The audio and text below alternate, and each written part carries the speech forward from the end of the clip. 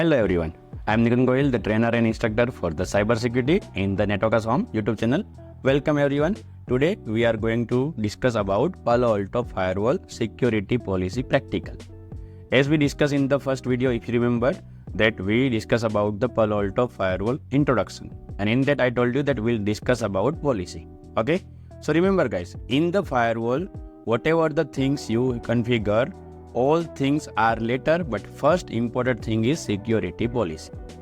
If you're able to manage your security policy properly, what kind of source or what kind of destination, packet coming from where are they going, then these all point are main first core concept of any kind of firewall. Okay, so today we'll start with the basic security policies, so anyone can capture this logic, and from the beginning you can able to understand the advanced things of Palo Alto Firewall. So let's go to the practical. So you can see here in this I already keep open the Palo Alto Firewall dashboard, and here if you want to configure the policy, you can see the different tab which is called policies. So you click here,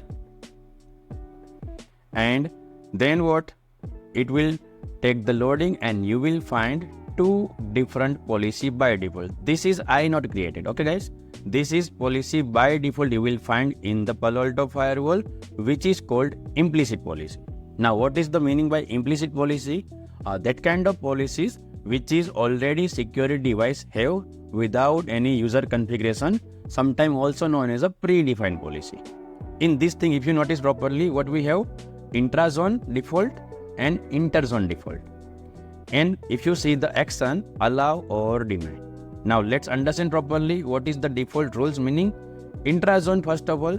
So intrazone means what? Let's say whenever you are communicating from the one zone to the same zone. Okay, means your source and destination both are in the same zone and you want to communicate. For that we have that intrazone policy.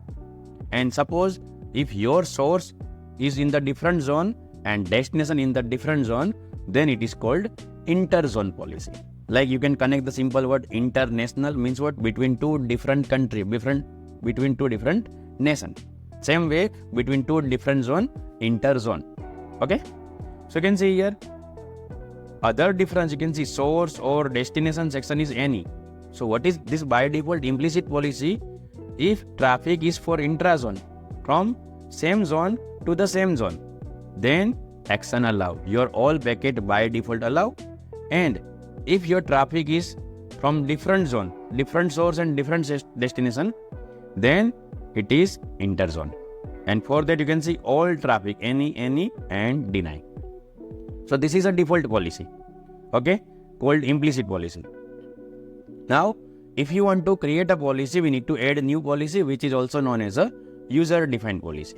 So you can see here downside there is a button of add with the plus sign. You can click on that, and then here you need to give the name. Here I am just giving a testing policy name, and you can see rule type. So by default it is universal, means what? Acting for both, for interzone also, intrazone also. Otherwise if you want to select, you can click this arrow, and right now let's say intrazone or interzone.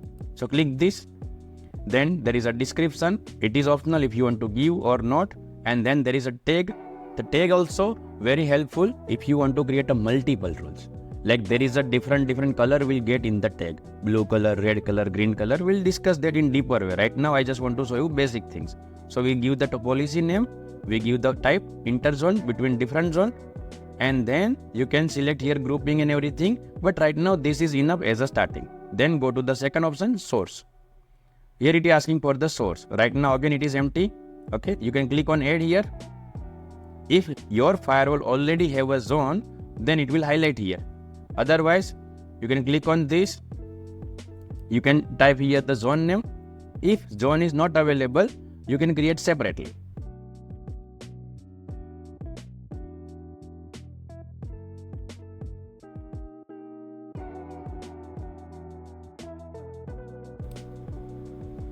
Okay, so second point you can see here the source. Now for this source you need to understand that first you require the zone. Your Palo Alto Firewall is a zone based firewall. So if your firewall don't have a zone, then you need to create it first, then policy. Right now you can see here by default it is selecting any. Okay, so if you want any traffic from anywhere, then you no need to select the zone. But if you want specific, like we select the interzone, then you require the zone. So from where you create the zone, I'm cancelling this, and in the network section you will find a first by default option is interface, second is zone. So here you need to create a zone. So add on the zone, give the zone name. I'm giving here, let's say inside. Okay, rest of all thing I'm keeping default, and then I'm giving here outside. Now remember guys, this is a common name which is running since multiple time. Otherwise, as a zone based firewall, if I want to create multiple better section for different network and department, in the advanced video I will guide you what kind of name you can select. Here I'm giving just simple basic name like inside and outside. Inside you can say for local network and outside for internet. So zone is ready guys. Now let's go to the policy again.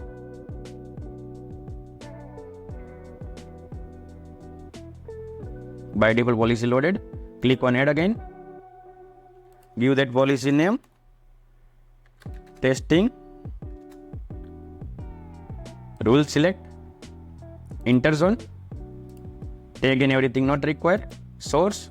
Now if you click here, you will find inside or outside, which is previously not visible. So intentionally guys I show you that, okay, that if you directly start creating policy, there are some dependency. Okay, so you can select here inside. Then if you want to select any source address, you can, but again this whole thing we'll discuss in deeper way. Right now let's say I want to focus anything from your internal network when they want to go outside. For that I want to create policy. So go to the destination, and here you can again select the zone, that is outside. Okay, again any destination, any kind of destination device, I'm not changing anything here, and go to the application. Application means what? Let's say you want to allow telnet or SSH or HTTP kind of stuff, so that you can select here. Right now again this I'm keeping any kind of application, and then service. So in service also you can see we have 2-3 options. We can select manually, we can keep it any, or application default. Application default means what? Whatever application allowing that. So that also I'm keeping default, and then action. If you want to allow that, let's say you are planning these rules to allow any traffic from inside to outside, you can keep the action allow. But if you are planning that I want to block the traffic, you can select other action like a deny.